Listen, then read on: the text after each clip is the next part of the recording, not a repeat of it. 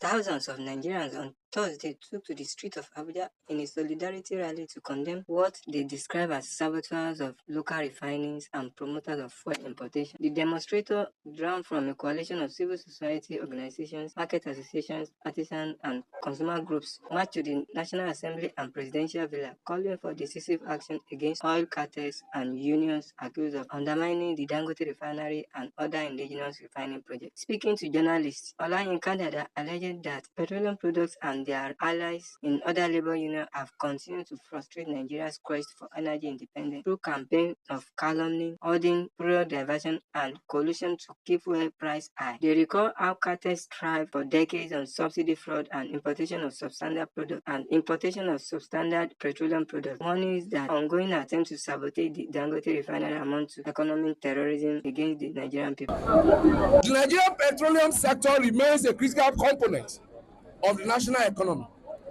However, it continues to face persistent threats from internal and external saboteurs, whose activities hitherto included product diversion, smuggling, pipeline vandalism, hoarding, round-tripping, dumping, collusion to inflate prices, and worst of all, organized economic subversion targeted at frustrating efforts at making Nigeria an oil refining country and a global hub for investment.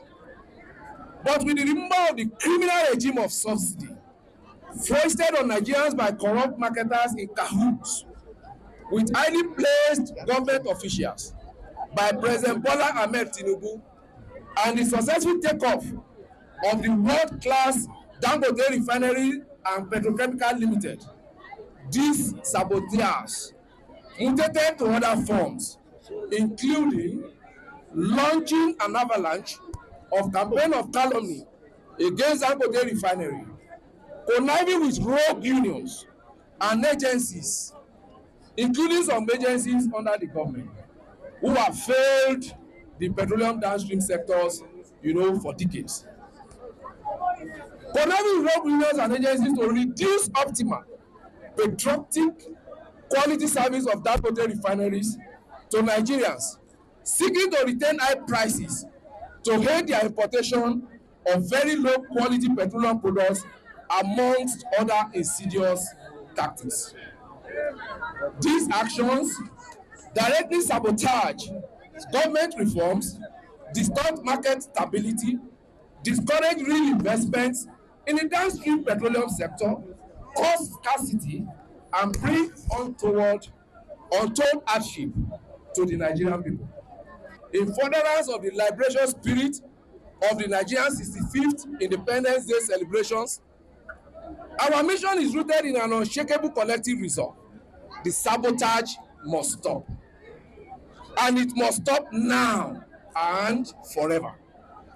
Gentlemen of the press, you are all witnesses to the misfortune that this country has endured following the collapse of the public petroleum refineries, which reversed the country's economic fortunes due to petroleum products importation. This importation regime, which lasted for decades and became one of the most criminal and economically debilitating ventures known to history, left Nigeria on its knees as an oil cartel who fed fat on an unfortunate country, continue to blackmail every government to maintain that subsidy regime. Sadly, in doing this cartel use the various labor unions and oil sector associations to achieve their evil aims. However, in a very daring and patriotic move, Alhaji Aliko Dangote in Nigeria and his group built a world-class refinery, the Dangote Refinery and Petrochemical Limited. That project cost a whopping fortune of $20 billion. And since the coming on stream of the refinery, every crude arm twisting strategy has been employed by this unpatriotic and wicked cartel to frustrate the refinery and its growth. We are now perhaps at the last stage of defeating this cartel, because their last card is now manifesting in these shenanigans of Pengassan, Nupeng, Darkman, Petran, and maybe the NSC, who is subterraneously giving them support. But Nigerians are more than aware of the mischief and are now ahead of them. In all of this, what is very funny is that in advancing their usual meaningless arguments, they pretend that they are not against Dangote refinery. However, everything they do is to sabotage and frustrate the refinery in order to remain in business at the expense of Nigerians. And what is their business? Importing low quality fuel and killing public refineries. In all, how do we explain that it was Pengassan and Nupeng that were at the forefront of sabotaging the wise decision of the Olusegun Obasanjo government to sell the moribund public refineries? Yet, in all the years of frittering away of billions of dollars of Nigerians' money in the name of refineries rehabilitation and turnaround maintenance, these rogue organizations never raised a voice nor called for a positive action. Is it not the same Pengassan that swore on his dishonor? People swear on their honor, but they swore, and that has become a dishonor, that the Port Harcourt refinery and Warri refineries are functional. So, where are the products? And why are they joining a frustrated oil cabal to claim that Dangote wants a monopoly in that sector? And what is the expediency of shutting down the national economy and committing this inexcusable national economic terrorism that Pengassan recently did? They have not stopped, but as Nigerians, we will stop them. It is about sabotage and playing the cabal's script. We are not deceived.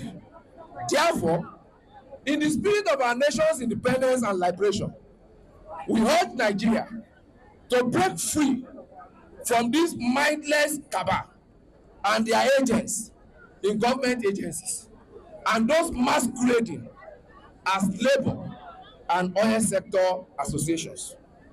We reject them absolutely, outrightly as Nigerians, and urge the government to stop them from further acts of sabotage.